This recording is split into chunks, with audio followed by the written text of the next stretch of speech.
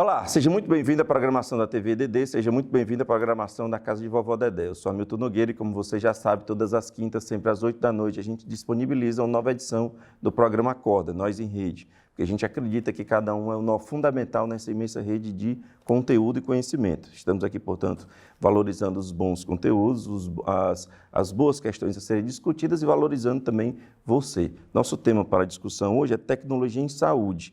E a gente conversa com a professora Michele Rabelo, que é doutora em Ciência e Tecnologia, justamente em Saúde. Professora Michele, muito obrigado por disponibilizar aqui um tempo para estar conversando conosco. E a nossa conversa parte de um comentário que eu fiz na CBN a respeito de um equipamento chamado PowerTrike, cujo conceito é a relação, a interação humano-máquina. E nesse momento de extrema valorização do que há de digital, extrema valorização e publicização do que há de inovação e tecnologia para as pessoas, eu acho que tem se dado pouca luz a essa interação humano-máquina, que tem é até meio contraditório, porque eles desenvolvem a tecnologia, mas com um olhar absolutamente humano, que é dar melhores condições de vida para pessoas que têm alguma deficiência. Então, eu queria que a senhora falasse rapidamente sobre o que é o PowerTrike, ou comentasse aí a respeito do que eu disse para a gente dar seguimento. E prazer recebê-la. Obrigada aí pela oportunidade. Na verdade, a PowerTrike é um dos projetos, né, desenvolvidos aí por pesquisadores nacionais aqui. Ela é uma inovação nacional, mas o conceito mesmo já vem de algum tempo. Internacionalmente, a gente já visualiza esses dispositivos que facilitam a mobilidade. Mas o bacana é saber que a gente, nacionalmente, está realmente desenvolvendo também nossos próprios produtos. E isso, voltando um pouquinho, a pandemia, de um outro lado, gerou esse despertar, né? Mais uma vez esse despertar. Durante as crises, a gente realmente desenvolve tendências que melhorem essa nossa qualidade de vida de uma forma geral. Então, o olhar para a pessoa com deficiência, ele sempre existiu. No nosso ramo aqui, desde 2011, vamos dizer bem antes disso, mas em 2011 aflorou aí as atividades do Núcleo de Tecnologia, Acessibilidade e Inovação. O NET chama Núcleo de Tecnologia Assistida, Acessibilidade e Inovação. Uhum. Isso vem relacionado a mim do meu doutorado. Eu fiz o doutorado num programa de Ciências, Tecnologias e Saúde da Universidade de Brasília. Nesse quesito, é um programa multidisciplinar, mas o meu orientador, o professor Dr. Emerson Fachin Martins, fisioterapeuta, que coordena todo esse projeto. Então, voltando para a PowerTrike, ela é um dos dispositivos que facilitam essa mobilidade de uma pessoa com deficiência. No caso do quadriplégico ou do tetraplégico, isso vai fazer com que essa mobilidade aconteça de uma forma continuando não voluntária, porque esse indivíduo ele realmente perdeu os movimentos determinados pelo tipo de lesão que ele teve. Porém, isso leva a uma caracterização de uma independência. Então, o que é o PowerTrike? É um triciclo, pode ser um triciclo, pode ser uma bicicleta, associada à eletroestimulação funcional. Então, o conceito aí que nós falamos anteriormente, humano-máquina, não se diz tanto ao respeito, já que ela é ativada por eletroestimulação. Obviamente, isso se torna voluntário, porque o indivíduo mesmo ele pode, através do próprio aplicativo, fazer esse ajuste de mais intenso, menos intenso, tudo isso supervisionado por uma rede de profissionais aí que estão associados a isso. A senhora é fisioterapeuta de formação, assim como a senhora citou o seu orientador, não é isso?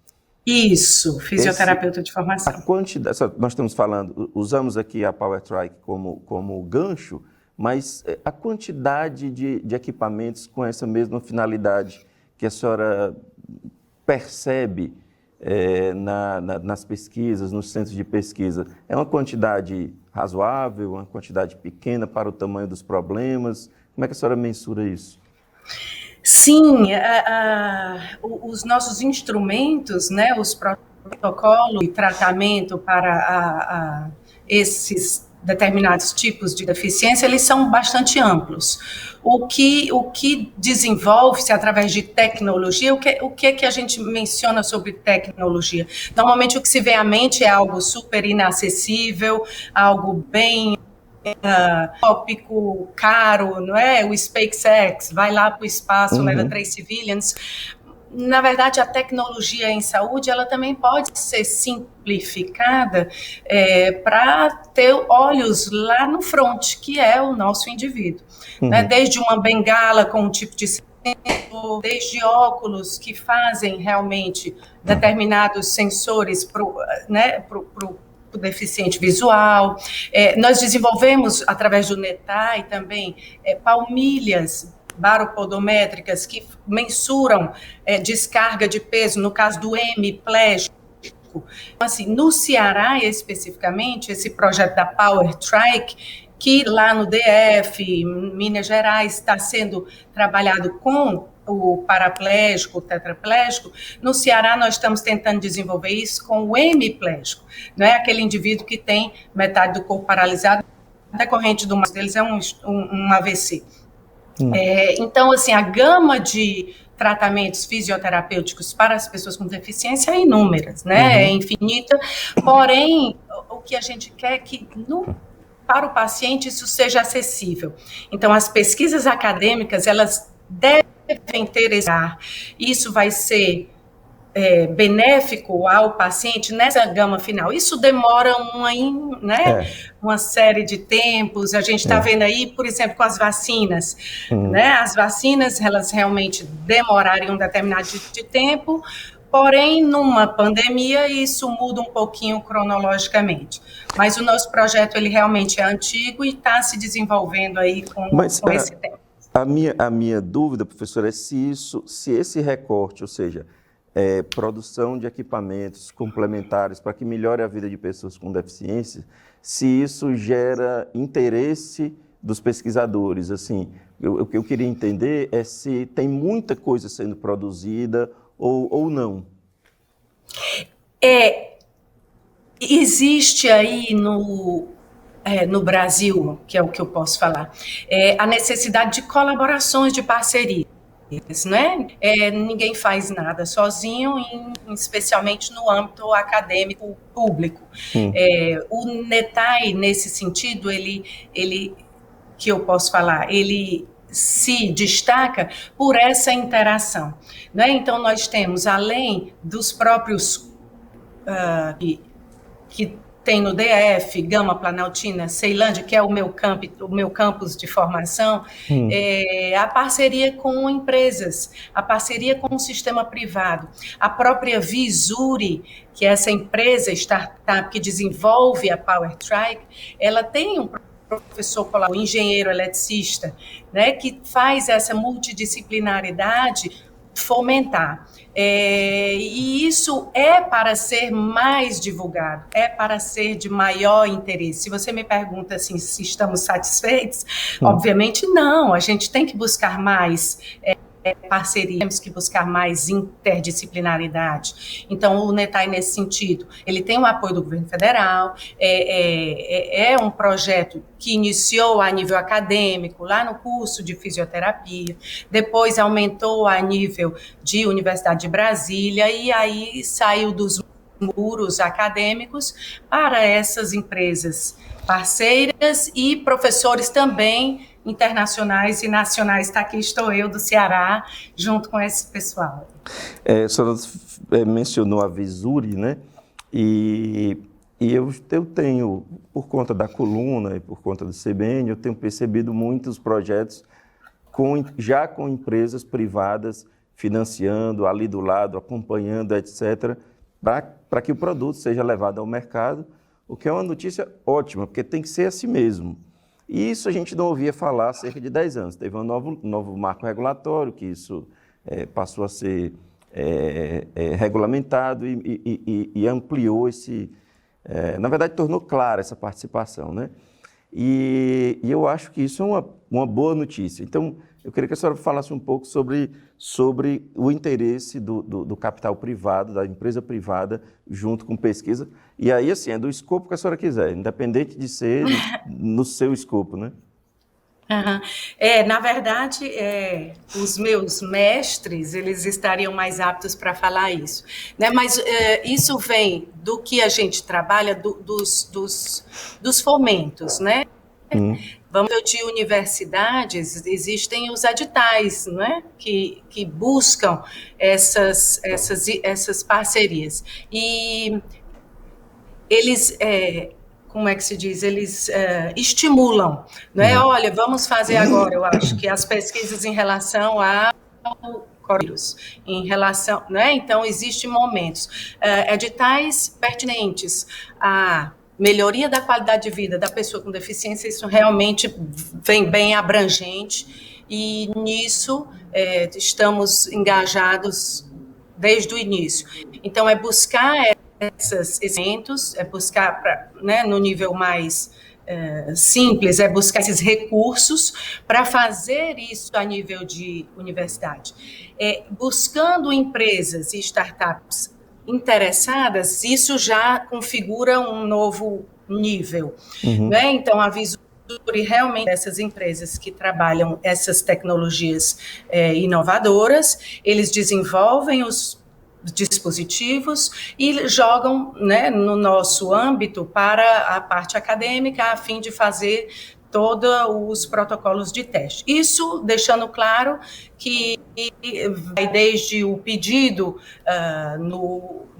da aprovação, né, de um comitê de ética em pesquisa, isso já foi aprovado, a gente desenvolve isso nos moldes protocolados pelos comitês de éticas, pelos CEPs, pelos CONEPs, que está sendo realmente bem falado isso aí agora, e isso vem sendo desenvolvido com assistência à pessoa, né, mais, vamos dizer, que precisa lá na ponta. Então, isso ao incremento vai se desenvolvendo artigos científicos, vai se tendo os resultados dessas pesquisas e esses dispositivos, enfim, comercializados aí para todos os âmbitos, né, da comunidade, não só o acadêmico, mas o que a gente quer que sirva para o indivíduo lá na ponta. Né? Mas esse ciclo do capital privado investir, está dentro do processo de pesquisa produtivo e chegar ao mercado para que ele possa comercializar, ainda não é um ciclo inicial, né? Ainda não tem muita coisa lançada, porque isso é recente, né? Estou equivocado ou está correto? Não, isso sempre foi os hinos finais. Né? No nosso caso, é o que a gente realmente planeja e almeja. Desenvolver um protótipo de um ciclismo, de uma bicicleta alimentada por eletroestimulação funcional, que isso facilite. Para você ter uma ideia, esse dispositivo ele é utilizado em unidade de terapia intensiva, para uma pessoa no leito. Né? Então, eu não precisaria de tamanha recursos humanos para fazer, eu faço isso a nível de leito. Nós vimos recentemente o Pelé na UTI fazendo Sim. isso em membros superiores. Né? E veja que é um indivíduo que tem mobilidade, né, devido a uma condição física, ele está com a mobilidade um pouco alterada. Mas imagine esse mesmo indivíduo, né, sem os movimentos do membro superior. Isso ele acopla o eletrodos e ele pode fazer automaticamente. Vai gerar uma causa... Não, ele vai gerar uma mobilidade, vai ter as respostas fisiológicas da mobilidade, e isso pode ser tanto membros superiores, membros inferiores, e isso vai ser resposta... Né, mediante o conceito do protocolo. Né? Agora, a participação, como você perguntou, do setor privado, ele é primordial. O que a gente, né, que nós almejamos é que isso aumente com o passar do tempo, melhore cada vez mais. À medida que um produto for chegando e for fazendo sucesso e for se tornando conhecido, essa nova sistemática, eu imagino que muita gente queira investir, que isso se torne mais... E, ao mesmo tempo, a legislação vai avançando e tentando tirar as arestas, as amarras que sempre tem. O Power Trike, você imagina quando vai chegar ao mercado? Quando é possível que chegue ao mercado? No projeto inicial, a empresa, né, responsável caracteriza dentro de 2 anos, né, fora o 2021, daqui a 2 anos. Então, Né? 2023. E você pode ver, acredito que sim, você pode visualizar que internacionalmente já temos isso em funcionamento. Existe uma competição, eu não sei agora depois da pandemia, a cada 2 anos, chamada Cyber Athlete. Então, competições onde dispositivos são implementados para pessoas com deficiência e são competições, é como se fosse uma Olimpíada, não é? Com esses tipos de recursos. A UNB participou desse evento, acredito que no ano de 2018, e já temos modelos de Power Trike nesse sentido. Tem até competição, uma volta no estádio, é muito, muito interessante, de várias formas. Dentre outras, a própria interação máquina-corpo humano com os capacetes, né? Com eletromuscular, com outros tipos de tendências aí para ajudar pessoas com deficiência terem mais independência, terem, né, uma dignidade, né, que almeja aí cada vez mais. Como é que tá a política de editais para a questão da saúde, professor? Eu conheço, assim, eu acompanho muitos ecossistemas de startups, sempre tem editais lançados de empresas, de instituições, etc. Mas, assim, normalmente são valores... A saúde é um setor caro, né? Muito caro e com pesquisas de médio e longo prazo para que se desenvolva, diferente de um problema específico de uma startup que vai ali, uma melhor forma de um blockchain, são coisas mais... corrida de 100 metros, muitas vezes, né? E a saúde não, já é algo bem mais complexo e mais caro. Então, como é que funciona a política pública de edital? Funciona sempre pensando que pode melhorar cada vez mais. Além da política do edital, a gente tem que preparar quem responde a esses editais. Então, na minha visão, eu tenho exemplos fantásticos desses professores que atendem a esses editais sempre que podem. No nosso estado, eu vejo isso ainda caminhar a passos lentos.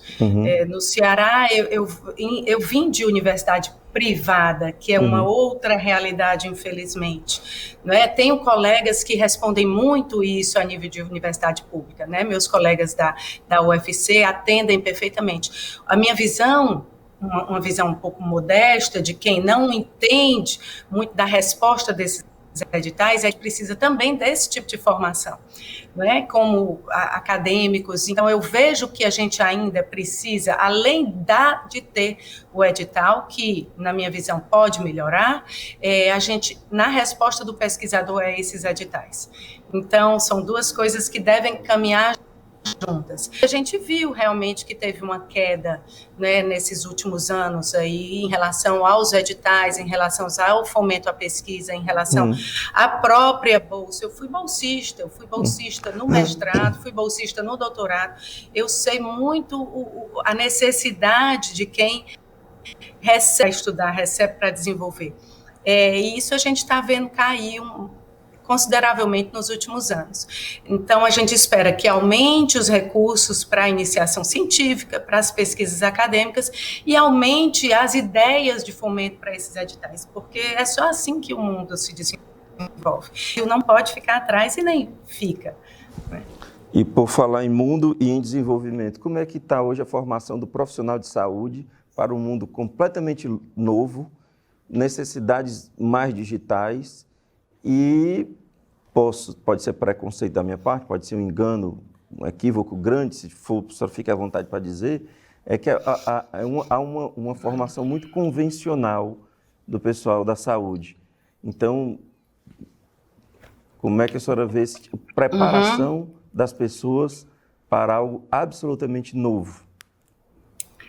A formação inicial em relação ao mundo, na minha área, né, fisioterapia, nós temos um bom currículo, nacionalmente desenvolvido a cabeças pensantes pelas nossas associações. Nós temos um bom currículo em termos de horas-aulas, horas de estágio. Como isso se desenvolve vai depender da universidade que você vai cursar. Né? O Ministério da Educação, eu sou avaliadora do BASES, né, do INEP, e eu entendo que o Ministério da Educação ele faz o seu papel em termos de regulamentação. Isso lá na ponta vai depender do próprio aluno, em buscar essas inovações. A formação básica ela não tem de onde muito ampliar devido àquele conteúdo e àquela carga horária restrita. A formação do indivíduo é que vai, né, depois levar-se em consideração aí em termos de pós-graduação, estrito sensu, lato sensu, e essa formação adicional a nível de complementar. Então, tudo isso no final vai depender do indivíduo. Agora, nós temos recursos, nós temos ofertas, precisamos ampliar essas ofertas, né, já que estamos num mundo em ascensão. Precisamos ter um olho mais para os dispositivos digital, online, sim, sem deixar com que eles atrapalhem o nosso presencial, que a nossa formação, ela é presencial, a nossa formação, ela é na área de saúde. Deve ser presencial em alguns aspectos, isso pode ser levado em exceção. Que habilidades é que o profissional de saúde do futuro próximo, futuro recente, precisa ter? Eu acredito que sempre o trabalho em equipe, né, além da formação específica, sempre o trabalho em equipe, saber trabalhar multidisciplinaridades, saber ter o olhar, né, para o próprio paciente em si.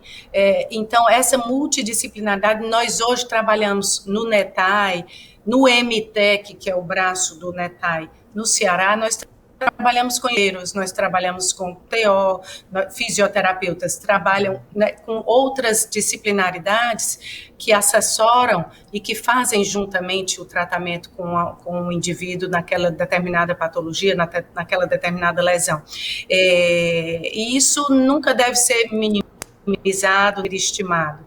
Essa formação em equipe, isso a gente encontra nos hospitais, nas clínicas, nunca se trabalha com um paciente sozinho. E aí vão se descobrindo outras tendências, vão se descobrindo outros protocolos, e você tem que estar sempre aí no mundo globalizado, né, aos artigos, aos papers, ao que está surgindo no momento, e é o que estou tentando fazer aqui esse meu momento aqui no exterior. Vamos ver se rende alguns frutos. O pessoal da tecnologia da informação, professora, reclama de manhã, de tarde, de noite da falta de gente qualificada. Aos sábados e domingos também. E aí a pergunta que eu lhe faço, né, no contexto da saúde, também é assim? Também falta gente qualificada ou não? Aí já assim como no direito, já há um excesso de profissionais? Excesso Se bem que ter de muita gente não significa ter gente qualificada, né? Também tem um erro aqui na minha pergunta. Eu já ia tentar abordar essa pergunta como a resposta para todos esse quesito. Excesso de profissionais sempre vai ter. Profissionais qualificados, realmente, não é que falte, mas sempre vai ter espaço. Então, o pessoal de TI está realmente correto. Aqui nos Estados Unidos é uma das profissões mais em ascensão. Para minha fisioterapeuta, para minha surpresa, motorista de caminhão. Então, eu estou querendo englobar no sentido de profissões valorizadas, né? Não que as outras não sejam, mas temos realmente essa necessidade. O mundo envelhecendo, pessoas vivendo, então profissões que lidam com essas tendências sempre vai ter espaço, e a qualificação é sempre um requisito muito forte. Então eu acredito que, não que falte profissionais, mas sempre vai ter espaço para profissionais bem mais qualificados. Isso é uma tendência mundial. E para qualquer área, né? Porque se você imaginar, o Sim. TI está crescendo demais, então agora vai ter o Eldorado é a TI, vai todo mundo correr para lá. À medida que se fortalece o mercado de TI, abre-se muitos mercados que são absolutamente fazem parte desse contexto. O caso da fisioterapia, vão atender diversos problemas que podem surgir de excessos da TI, a própria, se você operacionaliza uma melhor experiência médico-paciente sem barreiras geográficas, você amplia o mercado dos profissionais de saúde. Então, assim, se a TI complementa, se a TI é meio, ela acaba fomentando muitos outros mercados. Então, achar que o Eldorado é a TI tem que fazer algo nesse sentido, há um pouco aí de cegueira de futuro. Na verdade, o que vai haver é uma potencialização de muitas atividades. A senhora concorda com isso? Sim, e sem dúvida. Então, eu tenho 2 filhos adolescentes, né? E, assim, ocasionalmente, aí, escolheu alguma coisa, o que é que gosta de fazer. Então, eu acredito que o segredo é o indivíduo saber o que ama, fazer o que gosta, se isso vai ser tendência, se isso vai se destacar, tomara que sim, na área que ele gosta. Mas, mais uma vez, a capacitação, o sucesso do projeto vai de dentro, né? Então, eu sempre procuro acompanhar os meus filhos nessas formações e que isso se transforma da melhor forma. Agora, em relação à TI e à saúde, nós estamos vendo aí agora do tempo a telesaúde, né? Isso deve ser abordado de uma forma positiva sempre, que chegue e tenha acesso às pessoas com mais dificuldade de locomoção aos grandes centros. Isso é positivo. Eu mesma sou avaliadora no ensino superior para instituições que pretendem fazer uma formação de educação à distância, mas tenho os meus olhares rigorosos no sentido da amplificação desse EAD em todas as desmistificações, né? Como se isso fosse de uma forma livre. A gente sabe que tem especificidades para a educação à distância, a gente sabe que tem especificidades para a telesaúde, e isso aí deve ser muito cuidadosamente abordado em relação à boa qualificação desses atendimentos ou não. Né? Então, isso bem desenvolvido. A gente começou essa conversa a partir de um comentário meu na CBN, feito há alguns dias, e aí eu vou terminar a partir também de um comentário, porque hoje eu falo sobre os hospitais do futuro, a partir de um documento que eu tive acesso, falando da quantidade de robôs físicos, robôs fixos, robôs lógicos, robôs móveis, e que eram várias metas, vários objetivos, diminuir a interação entre profissionais e roupa, utensílio, porque cada vez mais o robô toma conta da operação enquanto o homem pensa o procedimento. E me chamou muita atenção a questão dos novos materiais nanomateriais com novas utilizações, mas principalmente os vestíveis, né? Relógio, celular, o próprio óculos, antecipando informações para quem faz a saúde, a fim de que, no momento do atendimento, quem vai atender já tem uma gama de informações. E, muitas vezes, o próprio paciente ser informado de algum problema futuro. E aí eu faço desse comentário, professor, o seguinte parêntese, de que o futuro para algumas regiões pode ser daqui a 15 dias. O futuro para alguns países com conflitos ou abandonados pelas gestões pode ser daqui a 100 anos. Então, uma coisa é você ter a tecnologia disponível para entregar para a humanidade, e outra coisa é você ter, de fato, interesse mercadológico para entregar para todo mundo da humanidade, não só para uma parcela pequena. E eu acho que aí está um grande desafio da humanidade, que é distribuir a inteligência que gera. E isso não tem sido fácil. Não, e essa diversidade nós vemos aqui no Brasil. Olhar que eu mencionei enquanto avaliadora de instituições de ensino superior para a educação à distância, na minha visão, difere totalmente de acordo com o local que nós fomos contemplados a visitar. Então, nós temos que ter esse olhar diferenciado. Uma coisa é eu visitar uma instituição num grande metrópole, outra numa cidade que está em ascensão ou que está presente numa região menos favorecida. E da mesma forma mundialmente, você vê aí a oferta de vacinas, né? Aqui nos Estados Unidos, onde você vai, as pessoas realmente, você já se vacinou, por favor, se vacine, e em outras localidades está faltando esses recursos, né? Então, essa distribuição menos distinta, ou seja, mais igualitária, isso deve acontecer. Não interessa a um país estar 100% vacinado e o seu vizinho 20%. Acredito que a ele não interessa, tanto que estão fazendo as doações para países menos favorecidos. E isso aí não é uma visão totalmente bondosa da parte do doador, não é? Porque ele conhece e sabe que o mundo globalizado não vai resolver a situação dele, ele estando 100% e o outro 20%. Então, isso vai ter que ser mais distribuído. E esses olhares, aí nós temos as grandes organizações que estão liderando esses pensamentos ou tentando fazer com que acreditem mais nesses quesitos de globalidade. Esse é o conceito. Então, o mundo realmente está em ampla transformação, temos que ter olhares atentos a essa questão da robótica, a questão das tecnologias em saúde, mas em acessão, temos que também ter o olhar para aqueles indivíduos que não têm o contato, não têm o acesso. Não. Então, as universidades, elas têm que ter esse olhar, né, nessa linha também. Não adianta ele ter grandes artigos publicados se a minha população não tem acesso ao saneamento, se a minha população não tem acesso ao mínimo de requisitos para ter aí uma saúde plena.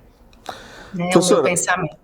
Eu agradeço imensamente a participação da senhora. A gente chega aqui ao fim, com um tempo livre, para a senhora comentar alguma coisa que, porventura, eu não tenha perguntado, que a senhora acha que seja fundamental para ser dito.